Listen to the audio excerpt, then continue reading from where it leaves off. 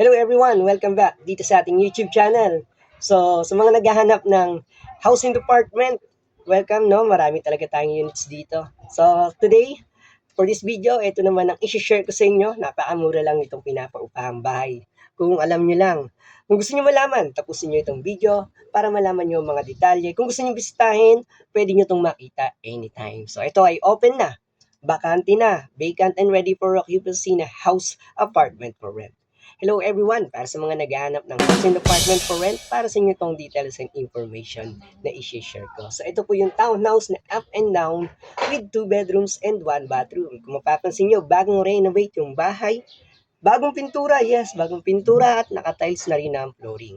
Magandang klase yung subdivision, malapit lang din sa highway, one ride away, sidecar or tricycle, o pwede rin maglakad papunta sa highway.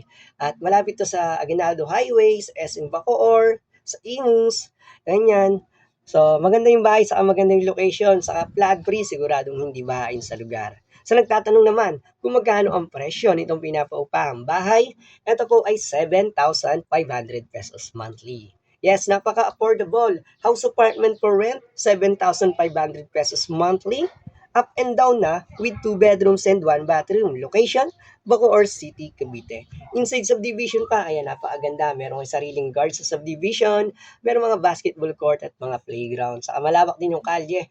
Pwede kayong mag-park sa harapan ng bahay kung meron kayong sasakyan. 1 hanggang sa 2 sasakyan, pwede po mag-street parking. Yes, pets allowed. Pwede ang may pets. Yes, pwedeng magtindahan. Pwede kayong mag-sari-sari store or any business dito sa bahay. Basta kayo na yung nakatira, kayo na po yung bahala. So, kung papansin nyo, bagong renovate ya, pwede na tong malipatan kaagad. So, maraming salamat ulit sa pagbisita. Welcome dito sa ating YouTube channel. Please don't forget to like, comment, and share kung interested kayo sa mga ganitong klase ng video at content. Maraming salamat at marami pa akong ipopost na iba pang mga housing department. So ulit, ito po yung house apartment for rent location, Bacoor City, Cavite. 2 bedrooms, 1 bathroom, magkano? 7,500 pesos monthly. Pwede na malipatan ka agad and open anytime for viewing. Kung gusto nyo bisitahin para makita na personal, pwede naman po anytime. So maraming salamat ulit. At stay tuned guys, marami pa akong isi-share sa inyong mga details and information about sa iba pang mga bahay. Kung dito interested kayo, napakamura ng bahay, maganda yung location nito guys. Ako na nagsabi sa inyo.